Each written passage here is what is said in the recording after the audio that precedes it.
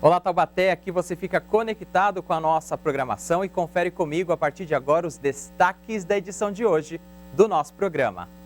Tem as notícias que agitam Taubaté e a nossa região no Mix de Notícias. 72 mil moradores de Taubaté vivem em ruas sem nenhuma árvore, aponta o IBGE. Este é apenas um dos destaques de hoje.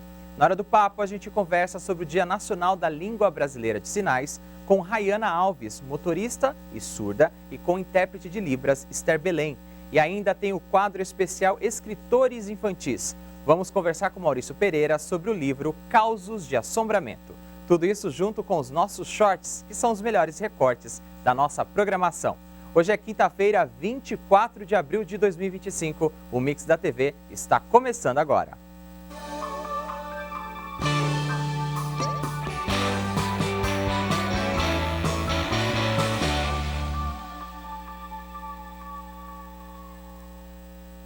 Começando mais um Mix da TV aqui na programação da TV Câmara Taubaté. Mais uma vez agradecendo ao carinho da sua audiência e a sua participação. Você que acompanha a gente pelo canal aberto 4.2, pelo canal fechado pela Claro TV número 4 e também pelas redes sociais YouTube e Facebook. Seja muito bem-vindo, seja muito bem-vinda a mais uma edição do Mix da TV aqui na TV Câmara Taubaté. E você, além de assistir o nosso programa, também pode participar através dos canais. Por isso, entre em contato conosco. Vamos para o nosso telão, porque aqui tem os principais canais para você participar juntinho com a gente aqui da nossa programação. Nós temos o nosso canal através de contato, com e-mail, que é o tvcamaratte@gmail.com. Está aqui no nosso telão para você acompanhar. Pode mandar crítica, sugestão, elogio, Todos esses canais são muito bem-vindos aí para você. Também você pode participar através do YouTube, youtube.com/TVC Taubaté. Ali você acompanha ao vivo a nossa programação, tem playlists completas de todos os programas aqui da casa e também pode voltar e assistir até 12 horas o conteúdo que acabou de ser exibido. Além disso, você acompanha ao vivo os nossos programas através do facebook.com/TVC Taubaté. Agora, se o seu jeito de se comunicar com a gente através de texto, áudio ou vídeo, a melhor plataforma para entrar em contato é o WhatsApp. O nosso DDD é o 12 e o número é o 3625-9525. A TV Câmara, a Câmara de Taubaté estão presentes também em outras redes sociais, como o Instagram e o TikTok. A sua conexão com a gente acontece através do perfil @Câmara Taubaté. Portanto, estão aqui no nosso telão todos os principais canais para você participar juntinho com a gente aqui da programação da TV Câmara Taubaté. E agora a gente segue o nosso mix, porque você fica muito bem informado com tudo que acontece em Taubaté, no Brasil, na nossa região. Está no ar o nosso primeiro giro aqui no nosso Mix de Notícias. Se tem notícia importante, o destaque vem no nosso telão. Quase 175 mil moradores de São José e Taubaté vivem em ruas sem nenhuma árvore, aponta o IBGE. O levantamento, que ainda faz parte do censo de 2022, revelou a proporção de pessoas que moram em vias arborizadas no país, ou seja, em áreas em que há árvores. No Brasil, 33,7% da população, equivalente a 59 milhões de pessoas, vivem em imóveis que ficam em vias sem nenhuma árvore. Por outro lado, 32% vivem em casas em ruas com 5 árvores ou mais, cerca de 56 milhões de pessoas. Os dados também se referem aos municípios. Aqui em Taubaté tem 77,49% da população morando em áreas arborizadas. Por outro lado, um pouco mais de 22% das pessoas de Taubaté, 72 mil pessoas, moram em vias em que não há nenhuma árvore. Na cidade, a região menos arborizada é a região central, onde as ruas são estreitas, não há espaço para plantação de árvores. Segundo o secretário de Meio Ambiente, Gabriel Alcântara, a Prefeitura tem avançado em parcerias e recursos para melhorar a arborização aqui da cidade. E uma das medidas é o incentivo a empresas para que elas adotem uma área verde. Aqui no nosso telão você acompanha o destaque, é do portal G1 Vale do Paraíba. E agora tem mais notícia aqui da nossa região. A gente volta para o nosso telão para atualizar para você. CRAS Sabará promove roda de conversa sobre autismo aqui em Taubaté. Amanhã, sexta-feira, dia 25, a partir das 2h30 da tarde, no CRAS Sabará, que é o Centro de Referência de Assistência Social, acontece a roda de conversa Um Olhar para a População Autista, Somos Pessoas de Direitos, com o objetivo de ampliar o debate sobre a inclusão e o direito das pessoas com autismo. A ação integra as atividades promovidas pela Secretaria de Desenvolvimento e Inclusão Social no mês de conscientização sobre o TEA, que é o transtorno do espectro autista. Com o lema Autismo não se cura, se compreende, a ocasião visa sensibilizar a população, fortalecer políticas públicas e promover o respeito às diferenças, por meio de relatos pessoais sobre o diagnóstico tardio de autismo. O CRAS Sabará fica na rua Vicente Santoro, 211, no Parque Sabará. As informações que você acompanha aqui no nosso telão são do portal R3. E com esses destaques, nós encerramos o nosso mix de notícias desta edição. Vamos seguir aqui o nosso mix da TV, está na hora do nosso short, que são os melhores recortes da nossa programação. O Fora da Caixa, você já sabe, é a nossa revista quinzenal de variedades aqui da TV, sempre com assunto para fazer você sair da sua zona de conforto. E no trecho que separamos, vamos aprender a fazer uma receita de biscoito salgado, feito com tapioca e sementes, para você, matar a sua vontade e também ter aquele lanchinho saudável aqui na sua tarde. Vamos ver? Solta o play!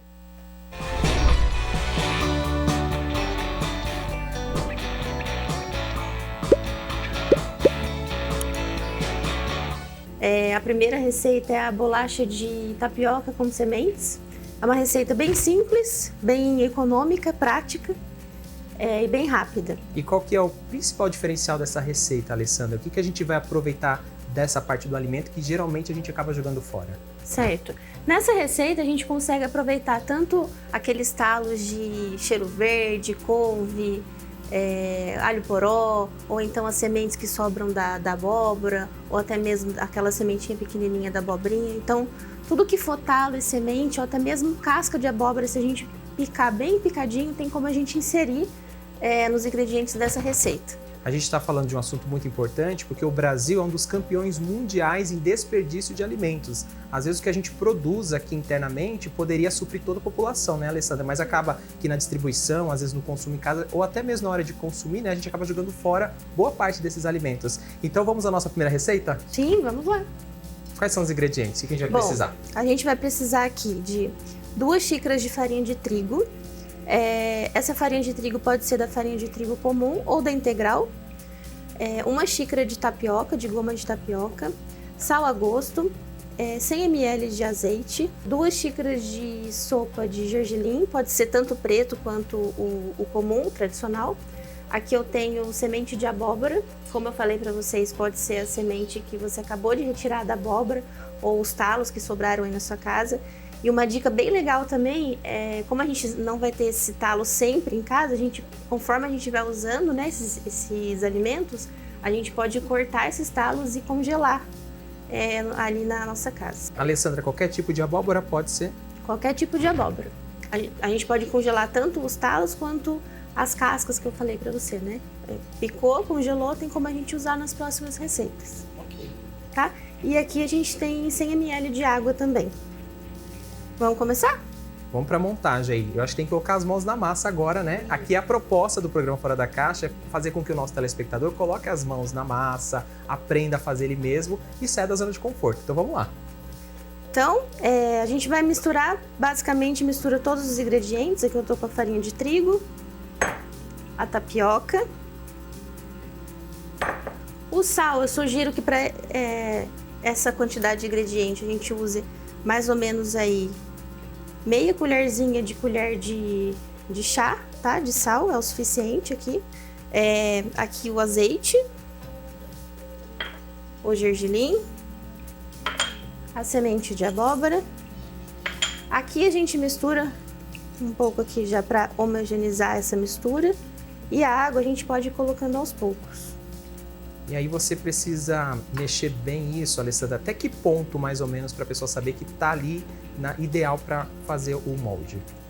A hora que a gente vê essa mistura bem homogênea, primeiramente a gente mistura até ele virar essa farofinha aqui, tá? E logo mais a gente coloca literalmente a mão na massa mesmo, senão a gente não chega no ponto correto dela. Dependendo do tempo, do ambiente, pode colocar mais água, menos água, a pessoa vai sentindo, é isso, né? Sim.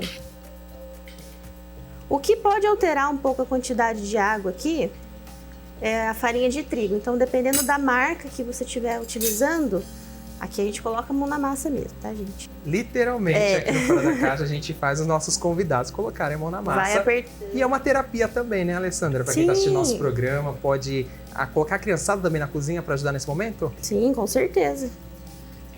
É uma receita segura, né? Aí para as crianças não tem o uso de faca, né? Nada pontiagudo aí. E eles gostam, né? Dessa ideia de colocar a mão na massa. Agora é o momento que você pode desestressar aqueles problemas que você tem ali no seu dia a dia. Vai colocar de lado, porque agora é hora de sovar, né? E aí você descarrega todas as tensões nesse momento, né, Sandra? Sim, na verdade. Aqui a gente vai deixar ele na espessura mesmo de uma bolachinha, né? Para facilitar, acho melhor a gente dividir essa massa. Essa receita que você está passando para a gente, Alessandra, ela rende mais ou menos assim, qual que é a quantidade ou em porções? Existe uma estimativa? Ó, aqui uma receita dessa vai dar em torno aí de até... Depende muito do tamanho que a gente corta essa bolacha, tá? Mas aqui, ó, mais ou menos o tamanho que a gente fez aqui, vai dar em torno de umas 80 bolachinhas. Rende bastante. E aí a gente começa a dar forma e vida para essa bolachinha, né? Ela começa a aparecer aí o jeitinho que a gente quer que ela seja consumida depois, quando estiver pronta. Sim, e é uma forma também de consumir, né, essa parte dos alimentos não convencionais, né, como a gente estava falando.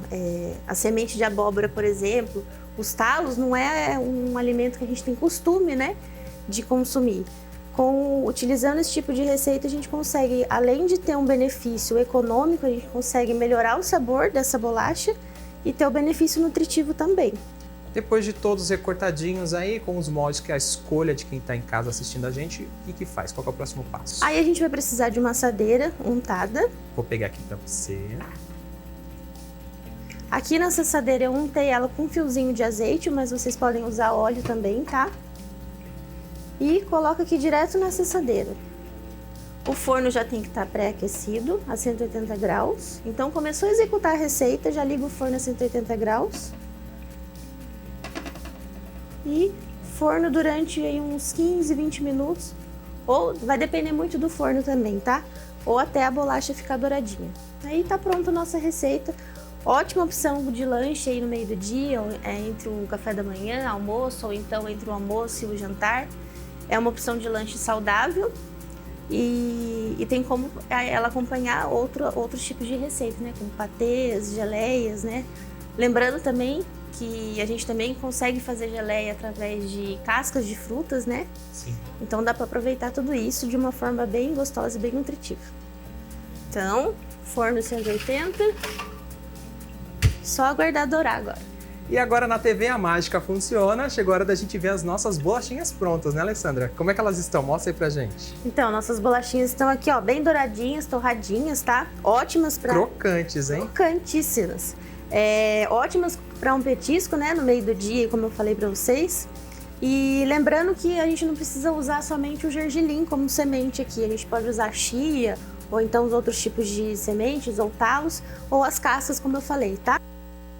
Excelente opção para o seu lanche da tarde. Se você quiser rever algum dos episódios da temporada 2024 ou 2025 do programa Fora da Caixa, você já sabe, é só acessar a nossa playlist no nosso canal youtube.com/TVC Taubaté. O Mix da TV vai para um rápido intervalo, mas vou trazer o destaque do próximo bloco. A gente continua o nosso especial Capital Nacional da Literatura Infantil. Hoje a conversa é com Maurício Pereira e o seu livro sobre causos de assombramento. Fique conectado com a nossa programação. O Mix da TV volta daqui a pouco. Não saia daí.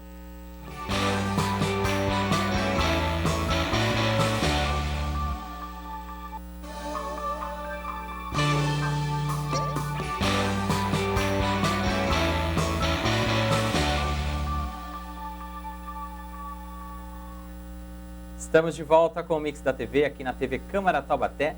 E agora vamos acompanhar o terceiro e último episódio do especial Taubaté, Capital Nacional da Literatura Infantil. E quem traz mais informações sobre o livro de hoje é a Mariana Valente.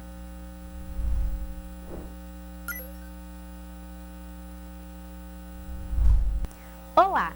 Hoje vamos falar sobre um livro que resgata um pedaço da cultura popular brasileira e nos faz reviver aquelas histórias de arrepiar ouvidas ao redor da fogueira. Em Causos de Assombramento em Quadrinhos, o autor Maurício Pereira faz uma releitura fascinante de contos tradicionais, trazendo eles para o universo das histórias em quadrinhos. Esses causos são uma parte importante do folclore brasileiro. Histórias que geram medo, mistério e muitas vezes aquele friozinho na espinha. Maurício Pereira viajou até Redenção da Serra, no interior de São Paulo, pertinho aqui da nossa cidade, para coletar essas narrativas com os contadores de causos locais. Com o seu talento, ele transformou em histórias em quadrinhos, dando uma nova vida a essas lendas que passam de geração para geração. O livro não só preserva, mas também atualiza essas histórias, oferecendo aos leitores uma maneira divertida e envolvente de se conectar com a cultura popular. As ilustrações vibrantes e detalhadas tornam os causos ainda mais imersivos, enquanto as narrativas nos transportam para um Brasil rural e místico, onde o sobrenatural se mistura ao cotidiano. Essas histórias, muitas vezes passadas oralmente e que fazem parte da memória cultural de uma comunidade, nos revelam não só o medo, mas também os valores, crenças e tradições de um povo. Maurício Pereira, ao dar voz e imagens a essas narrativas, faz um trabalho importante de resgate e valorização de nossa cultura, ao mesmo tempo em que convida os leitores a mergulharem nesse universo de mistério e encantamento. Se você ainda não conhece essa obra, não perca a oportunidade de embarcar nessa jornada cheia de assombrações e surpresas. E para nos contar mais sobre os bastidores dessa criação, quem vai bater um papo com o autor Maurício Pereira é o Josivaldo Oliveira.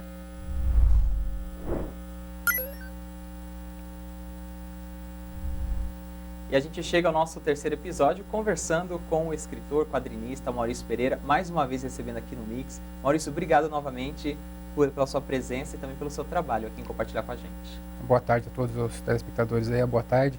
É um prazer estar aqui novamente, falando da nossa cultura, falando das nossas assombrações do Vale do Paraíba. Maurício, como é que surge essa vontade de escrever, de ser escritor, desde criança? Eu sempre gostei de escrever, de ler, escrever e desenhar. Mas assim, quando eu comecei mesmo, porque meu pai já era de idade, eu cresci ouvindo história de assombração que o meu pai me contava nas pescarias, na fogão de lenha. E daí eu não tinha filho, eu queria guardar essas histórias. Eu falei, eu vou esquecer isso, eu não vou ter para contar pro meu filho. Comecei a escrever as histórias, gravar as histórias que meu pai me contava e escrever. E aí desse que era só uma ideia só para gravar para o meu filho, eu quando fui fazer uma pós-graduação em São Paulo, eu optei de fazer um projeto gráfico, né, que eu sou formado em design gráfico, especialização em design gráfico. Fiz um projeto de conclusão de curso, o livro, para ter um boneco, um livro físico já. E esse livro foi oferecido para diversas editoras e uma editora topou, né, bancou fazer o livro, e o livro foi um sucesso, foi vendido para o governo federal, no PNBE, e daí quando o governo comprou, a editora me chamou de volta e falou assim, não, você tem que fazer mais um livro, você tem autor que passa a vida inteira querendo vender um livro para o governo, não vende, você faz o primeiro, vende. Aí foi que surgiu o Caos de Assombramento em Quadrinhos, porque eu não quis fazer um livro ilustrado como da primeira vez, que foi o Contos de Assombração.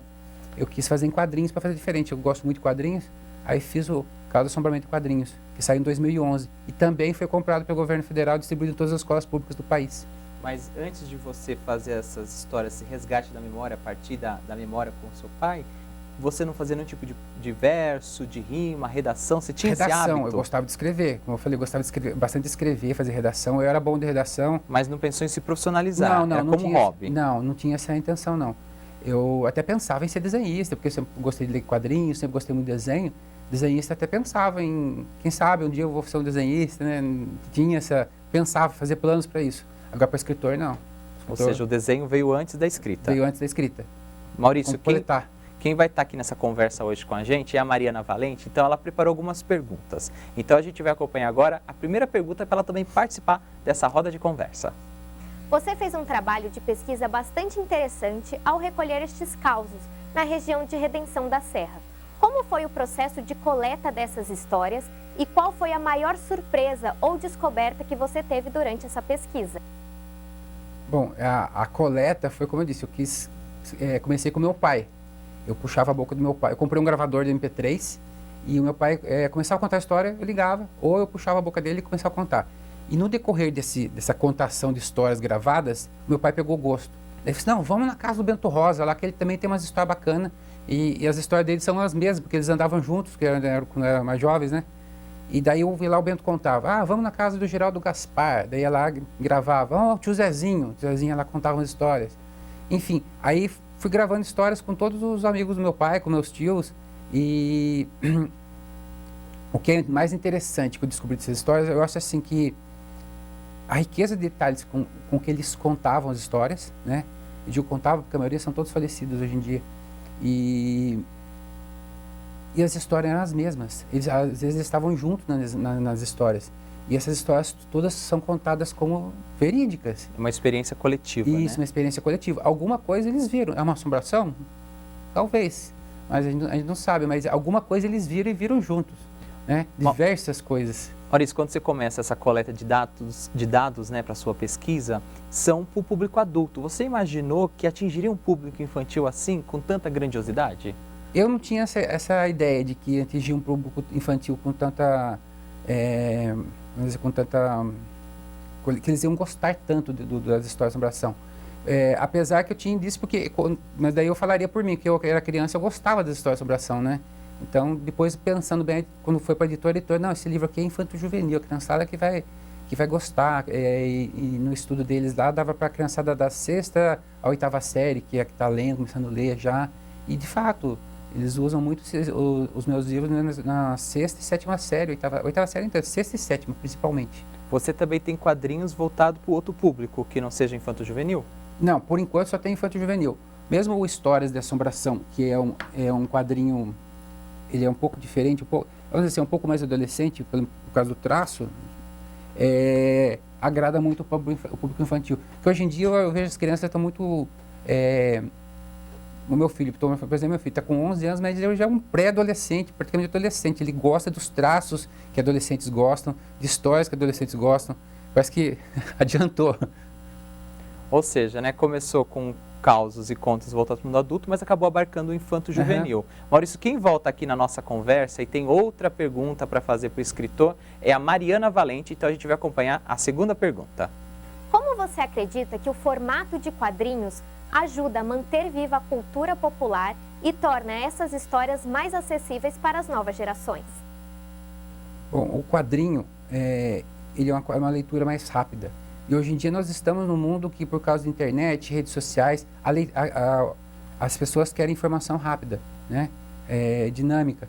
Então, eu acho que o quadrinho, por ser uma leitura que é visual, amarra o visual com a leitura, os desenhos, né? Com a leitura, ele acaba entregando esse material, que é uma leitura mais rápida, para todo mundo, né? Com um consumo rápido de informação, um consumo rápido de cultura, de história.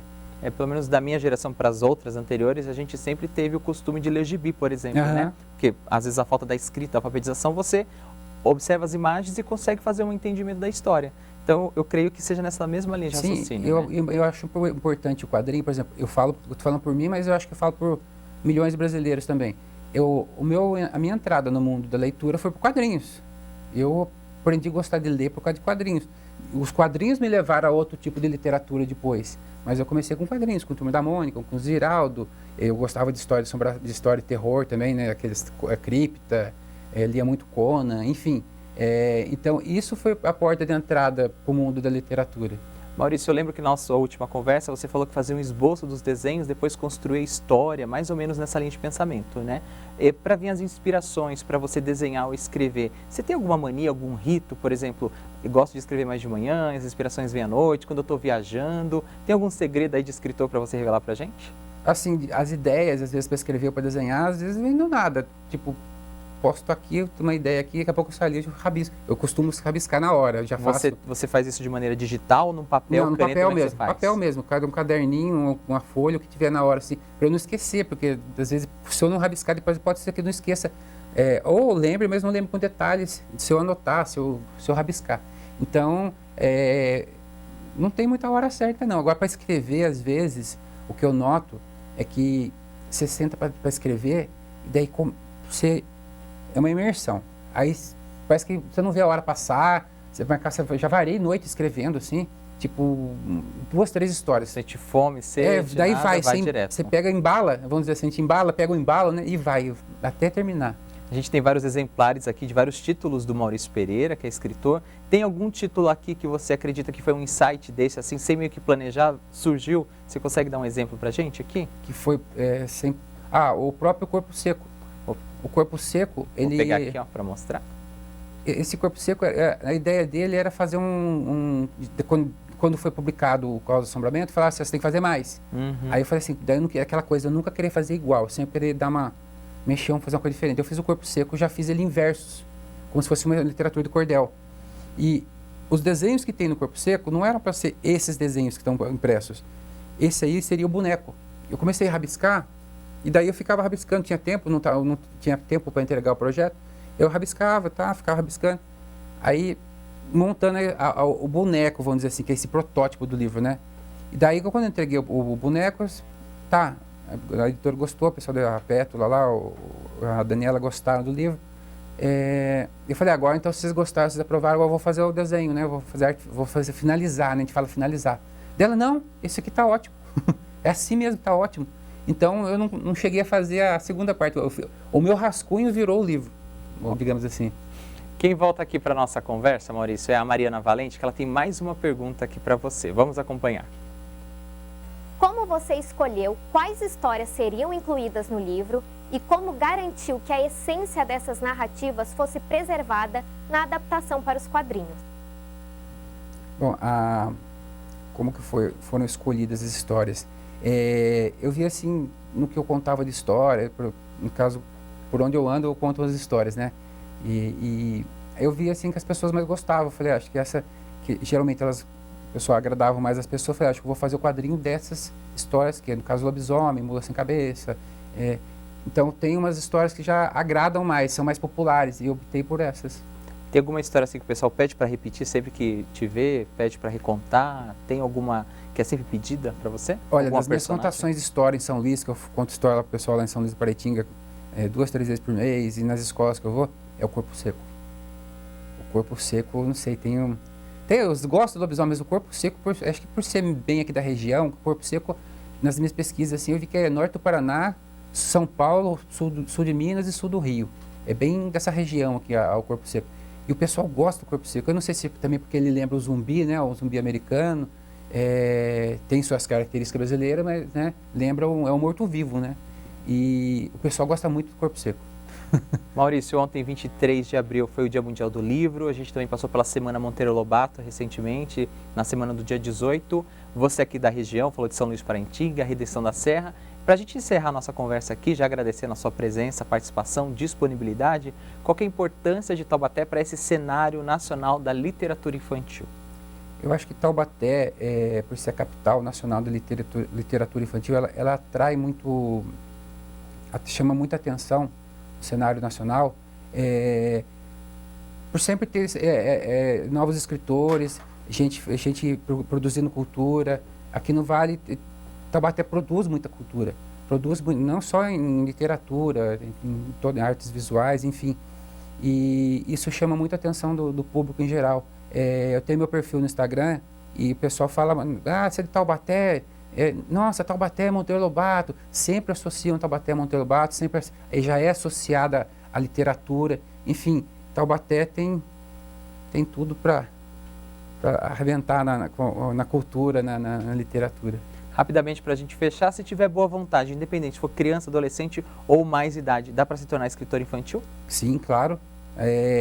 Eu acredito que se você tem uma vontade, tem uma ideia, uma pretensão, você seguir atrás. Eu acredito que a gente é aquilo que a gente persegue. Então, se você quer ser escritor, se você quer ser ilustrador, vá atrás, aprenda a fazer, converse com quem faz, tenha ideias, anote suas ideias. Teve um projeto muito bacana que foi feito em São José dos Campos, numa escola lá, que me chamaram lá, porque a professora usou o meu livro Contos de Assombração, que ela fez o caminho que eu fiz. Ela fez cada aluno pesquisar com o tio, com o pai, com o vizinho, uma história de assombração, escrever a história que ele ouviu e fazer um desenho. E daí montaram um livrinho. Foi muito bacana, achei o máximo isso aí. É esse tipo de incentivo que as crianças têm que ter. Maurício, muito obrigado mais uma vez, parabéns pelo trabalho, até uma próxima oportunidade. Obrigado. E mais uma vez, parabéns pelo seu trabalho. Viu? Muito obrigado, é um prazer estar aqui, quando precisar, contem comigo. Para a gente encerrar aqui o nosso papo, a Mariana preparou um recadinho final para encerrar essa série especial. Vamos acompanhar. Abril é um mês inspirador para a leitura. 18 de abril foi comemorado o Dia Nacional do Livro Infantil e no dia 23, o Dia Mundial do Livro. O Mix da TV não poderia ficar de fora dessas comemorações. Queremos agradecer aos escritores que estiveram com a gente celebrando este mês tão significativo. Afinal de contas, Taubaté é a terra natal de Monteiro Lobato, o pai da literatura infantil. Estamos aqui para celebrar, homenagear e incentivar pais e filhos a lerem cada vez mais.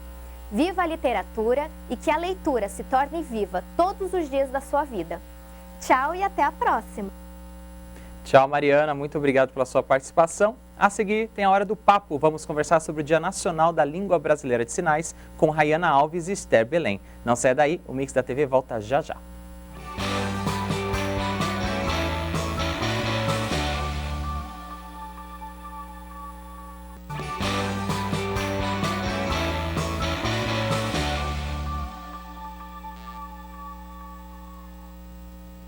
Estamos de volta com o Mix da TV nesta quinta-feira, dia 24 de abril de 2025. Mais uma vez agradecendo ao carinho da sua audiência e a sua participação. Hoje, 24 de abril, é o Dia Nacional da Língua Brasileira de Sinais, Libras, e é comemorado nesta data. Foi escolhido em homenagem à Lei 10.436, que foi sancionada em 2002, que reconheceu a Libras como meio legal de comunicação. Este assunto era o nosso papo hoje do nosso quadro Hora do Papo, mas esta pauta a gente retorna na próxima segunda-feira aqui no Mix da TV. Aí a gente vai conversar com a intérprete de Libras, que é a Esther Belém, e também com a Rayane Alves, que é motorista e faz parte da comunidade surda. Na sequência, aqui na programação da TV Câmara Taubaté, você acompanha ao vivo mais uma solenidade em homenagem ao Dia do Exército. Muito obrigado pelo carinho da sua audiência, pela sua participação. O Mix da TV volta amanhã, sexta-feira, a partir das 2 horas da tarde e traz os quadros, o que vem por aí, os destaques da nossa grade de programação e também a agenda cultural, para você curtir o final de semana junto com a sua família aqui em Taubaté. Muito obrigado pelo carinho da sua audiência, até amanhã e fique conectado aqui na TV Câmara Taubaté.